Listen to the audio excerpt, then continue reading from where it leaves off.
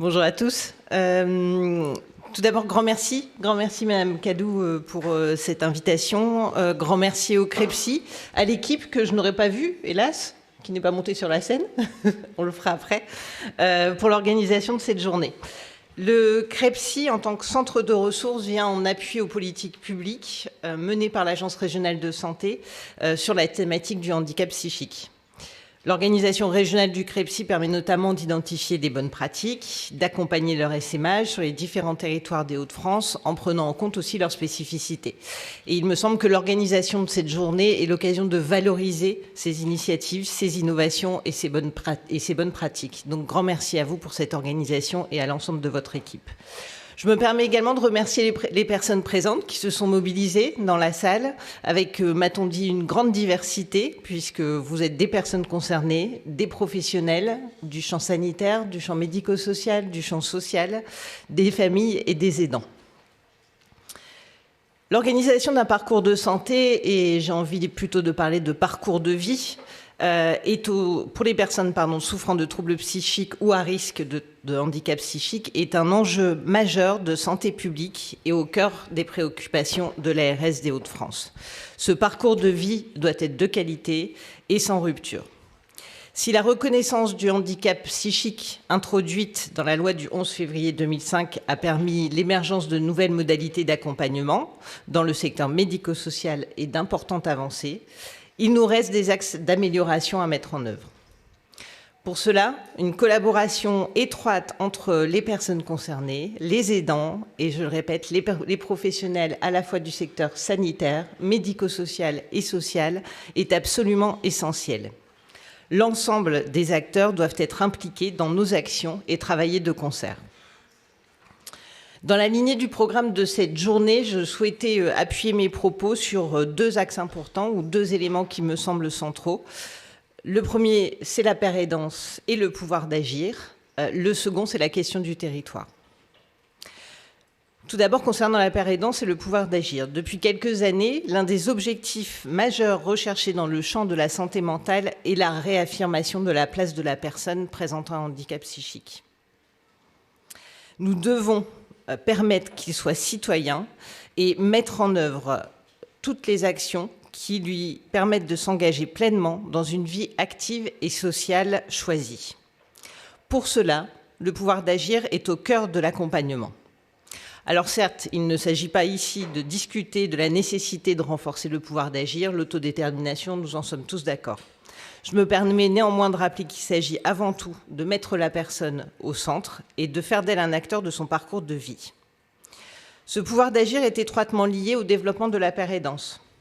Il nous faut développer les dispositifs permettant de renforcer l'expertise expérientielle, l'expertise d'usage et la reconnaître à sa juste valeur comme accompagnement.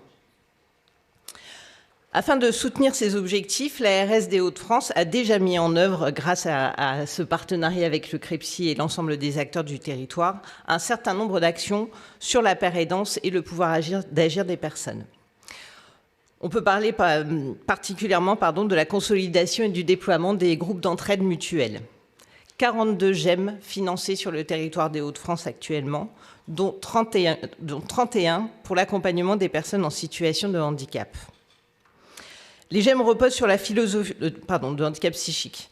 Les GEM reposent sur la philosophie de soutien par les pairs qui rencontrent des difficultés similaires et sont donc à même d'apporter un soutien, une écoute, un partage d'expériences autour des troubles et du parcours de chacun.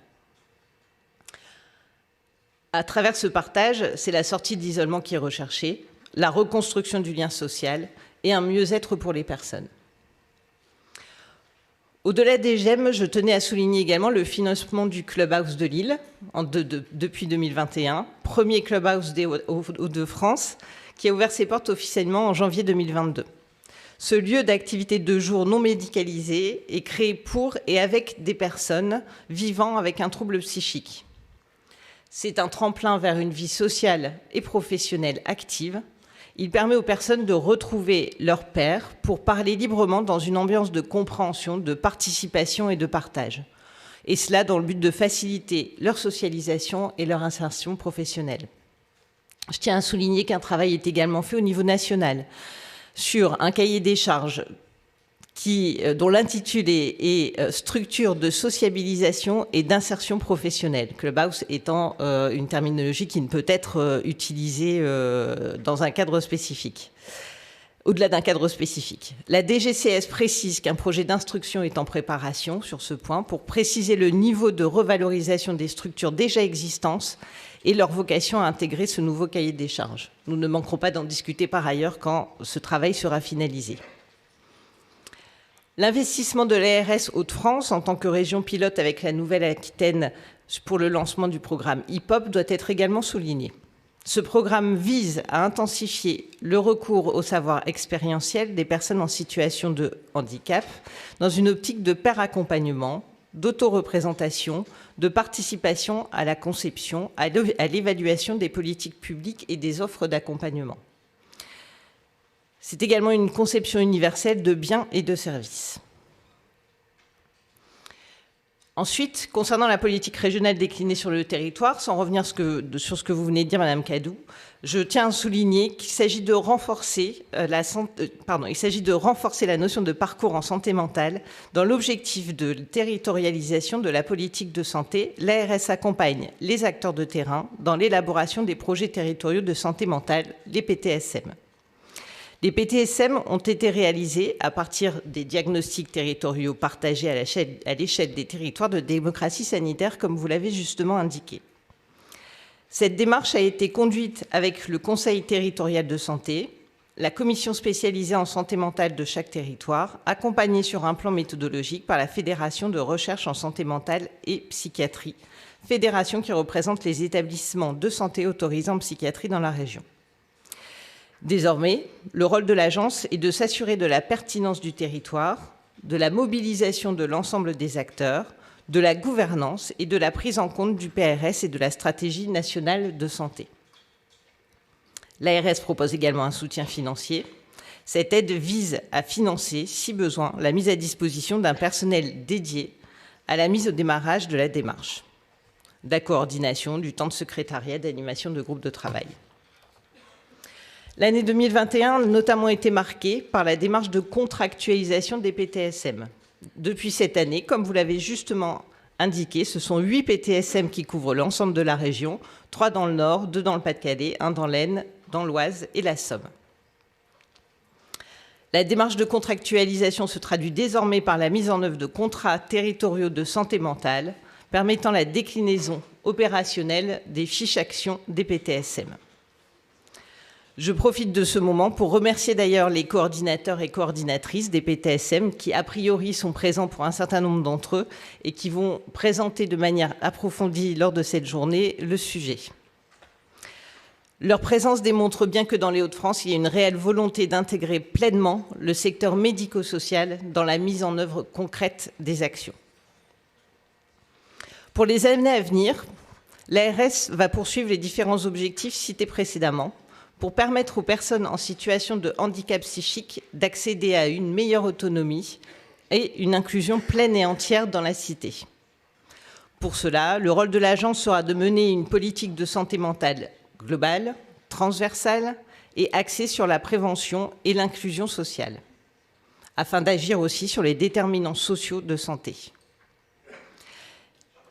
Je me permets de le répéter, la question du pouvoir d'agir est centrale et je me permettrai de faire une référence à M. Pifteau qui indiquait que pour un pouvoir d'agir renforcé, il faut que les décideurs sociaux et médico-sociaux aient également une capacité de pouvoir d'agir, de l'établissement à l'organisme de gestion et également au niveau de l'administration.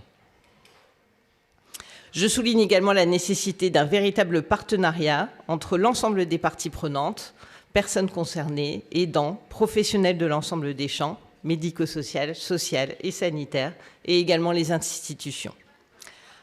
Enfin, je vous souhaite donc une très belle journée, riche d'échanges et de futurs partenariats. Bonne journée.